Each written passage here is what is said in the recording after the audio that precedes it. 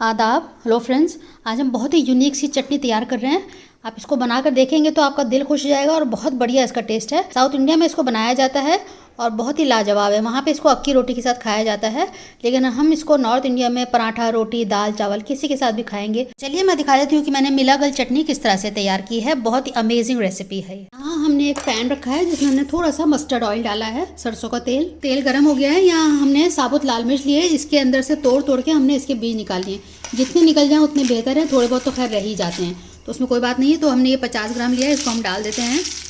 1 minute इसको हम तेल में भून लेते हैं। यहाँ मैंने उड़द की दाल ली है, ये 50 ग्राम है, इसको हमने धो लिया है, इसको भी डाल देते हैं। साथ में अरहर की दाल है, इसको भी हमने धो दिया है, इसको भी डाल देते हैं, ये भी 50 ग्राम है। और मीडियम फ्लेम पे इसको हम भून लेते हैं 2-3 मिनट, दाल को और साबुत लाल मिर्च को।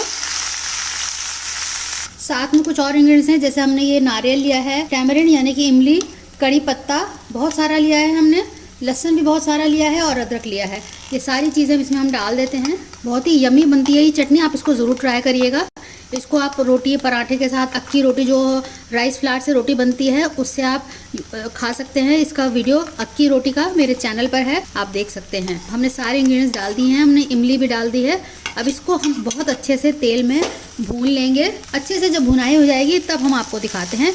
4 से 5 मिनट आराम से इसमें लगेगा करने में, और चलाते रहिएगा, बीच बीच में छोड़ना नहीं है। थोड़ा सा चलाया छोड़ दिया, थोड़ा सा चलाया छोड़ दिया, इस तरह से आप कर लीजिएगा। 2 मिनट हुए हैं अभी हमें भूनते हुए। कुछ और इंग्रेडिएंट्स हैं जो हम डाल देते हैं। हमने नमक लिया, पिंक सॉल्ट लिया है, 1 टीस्पून डाला है। 1/4 टीस्पून हमने हींग लिया है। 1.5 टेबलस्पून हमने गुड़ लिया है, इसको भी हम डाल देते हैं। जो मिर्च है और जो खटास है उसको बैलेंस करने के लिए हमने इसको डाला है। बहुत ही अच्छा जायका आता है, एक बार ज़रूर ट्राई करिएगा। इसको भी हम 2-3 मिनट और भून लेते हैं। तो आप देख सकते हैं कि बहुत अच्छे से भुनाई हो चुकी है। थोड़ा सा इसमें हम हरा धनिया डाल देते हैं और 1 मिनट बस भूनने के बाद इसको हम निकाल के ठंडा कर लेंगे।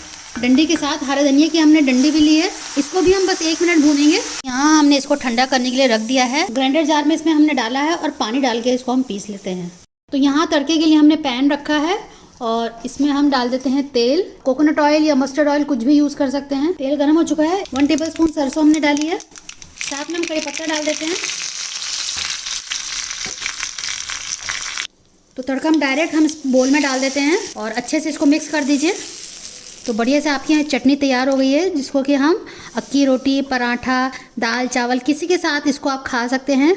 अगर आपको लगे कि इसमें नमक कम है तो आप ऐड कर लीजिए। जिस चीज़ की भी आपको कमी लगे आप उसमें ऐड कर सकते हैं। बढ़िया सी हमारी चटनी बिल्कुल तैयार हो चुकी है। तो अक्की रोटी के साथ खाने वाली हमारी चटनी तैयार हो चुकी है। आप बनाइएगा, फीडबैक ज़रूर दीजिएगा, हमें आपके फीडबैक का इंतज़ार रहता है। चलिए तो अगली बार मिलते हैं किसी नई रेसिपी के साथ। तब तक के लिए शुक्रिया। देखते रहिए शहलाज अख्तर खान।